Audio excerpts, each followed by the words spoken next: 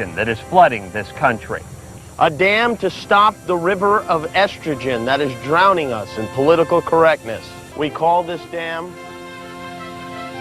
the Man Show.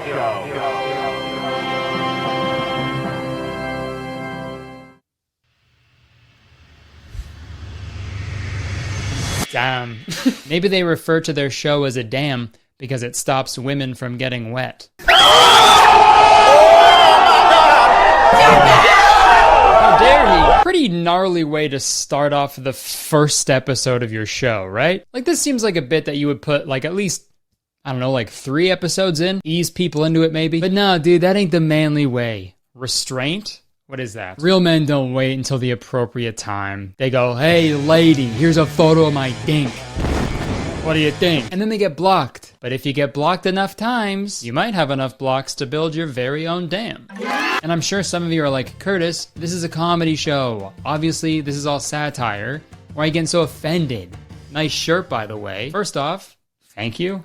I thought so too. And second, I know this is a comedy show. They make jokes throughout, but I don't know, man. Going forward, you'll get a better understanding of what I'm trying to say, but let's learn a little bit more about this show before we go on. The New York Times published an article about The Man Show last year, and they sort of compared it to what like the climate of modern television is like today. And I want to read a little excerpt that I think is very interesting. The idea was that the guys were in on the joke. The point was to be over the top. They were poking fun at the toxicity of men's bad behaviors. Get it? If you go back and look at those bits, I think everyone thinks that it was some sort of misogynistic, beer-swigging whatever, Mr. Corolla said in an interview last year. The reality is we were always the butt of the joke. It was unclear if the fans ever got that, and certainly not the ones that Mr. Kimmel has said he came to loathe. I had no fun doing that show. It was all work for me.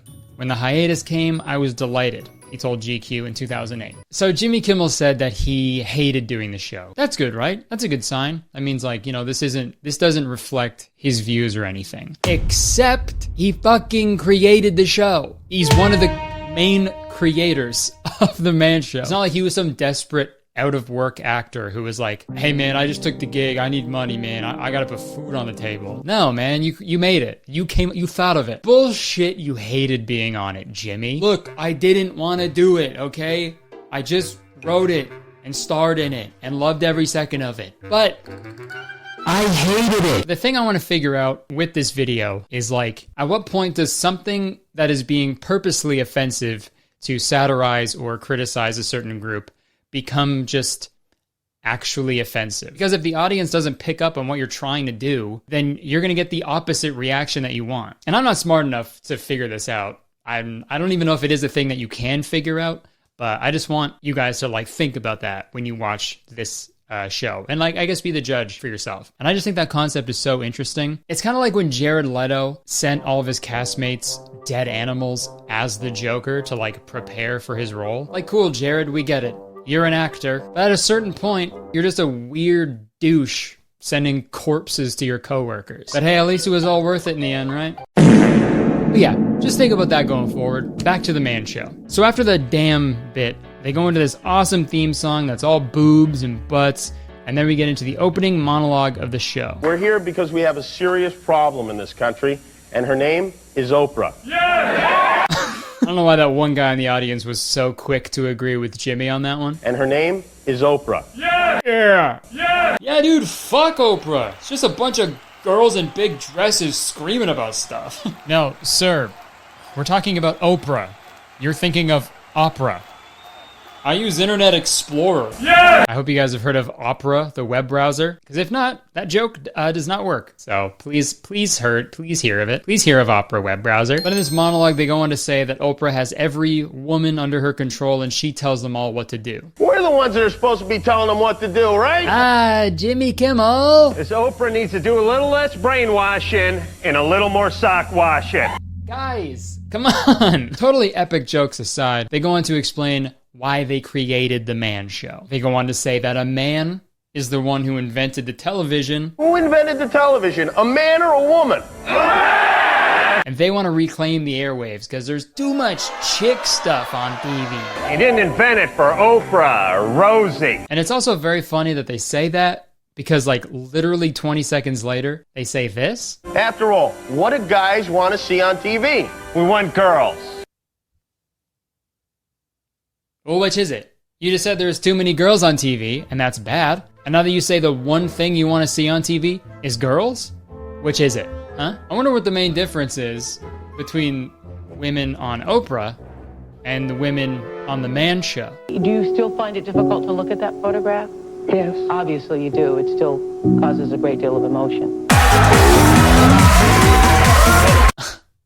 Right. So they don't have a problem with women being on TV. Women can be on TV all they want, okay? But you gotta show us your boobs. Sorry. You can only be on TV when you're being objectified by two guys. Yeah! As a bit, though. Like, it's a bit, remember? Like, this is all high level comedy, dude. Classic, dude. Misogyny.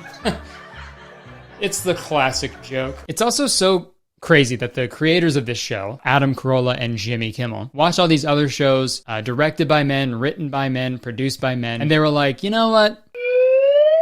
We need something by men. It's so crazy to think that when this show was announced, there were dudes who were like, oh, finally my prayers have been answered. Finally something for me. I feel like, especially back then, every show was the man show. Dude, even Dawson's Creek, a show that premiered in 1998, which had a primarily like teenage girl audience, was written by a dude. And the whole show is about a guy named Dawson. And he sucks. You ever seen that show? If you haven't, don't. Dawson sucks. He'll dry your creek right up. He's the worst character of all time. Yes, fry. Every show was the man show. Changed my mind. And I'm sure some shitty dudes are gonna watch this video and say how much I'm being a beta male and how they're just joking around in this show. It's all jokes. Haha. Ha ha ha. And yeah, as hilarious as these jokes are, if you're being sexist and misogynistic as a joke, you're still being sexist and misogynistic. Like, that doesn't magically absolve you of the thing you just said. Like, if you show up late to work every single day as a joke, first off, that's hilarious, but there's gonna be consequences. You're still late for work. You're still gonna get fired. And then who's gonna build the dam? Yeah! Back to the show. After their monologue, they go into this bit where they show the history of man, and the whole joke is pretty much just, hey, look at these monkeys fart in different time periods.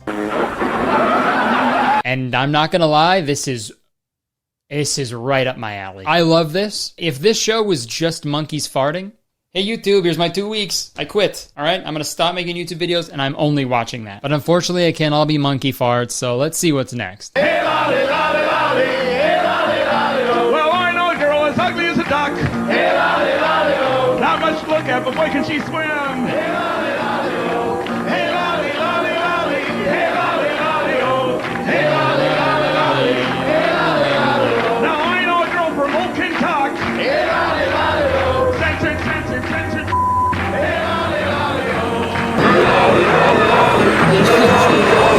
I feel like Matilda in that one scene when they're all watching television and the guy's like, it's time to get sticky with Mickey. And then she blows up the TV. That's how I feel right now. Sorry, spoiler alert. Matilda blows up the TV. This reminded me so much of that scene that I edited that Matilda scene. So enjoy. Hey, lolly, lolly, lolly. Hey, lolly, lolly, oh. Well, I know a girl as ugly as a duck. Hey, lolly, lolly, oh. Not much to look at, but boy, can she swim. Hey, lolly, lolly, oh. Hey, lolly, lolly, lolly. Hey, lolly, lolly, oh. Hey, lolly, lolly, lolly. Hey, lolly, lolly, oh. Also, there's too many chicks in that movie, right, dude? I never even get to see Miss Honey in a friggin' bikini. What the fuck? Okay, so the next bit of this episode is where they show hypothetical inventions by men for men. And these include a beer can with a tab on the top and a tab on the side to make shotgunning easier. Actually fucking genius. I don't know why people haven't done that yet. A telephone that will talk to your wife for you. You know, because God forbid you gotta fucking say words to the woman you asked to marry you, right? And last but not least, they have another invention, and it's a mask of Pamela Anderson to put on your dog for when they walk in on you, using a shake weight. Which is so gross, Jimmy Kimmel. Hey, Jimmy Kimmel, that's fucking super gross. You wanna look your dog in the eyes while you're Using a shake weight. Ugh. You know what? Let's talk about Jimmy Kimmel now. Let's talk about Jimmy Jim Jom Jom. It is so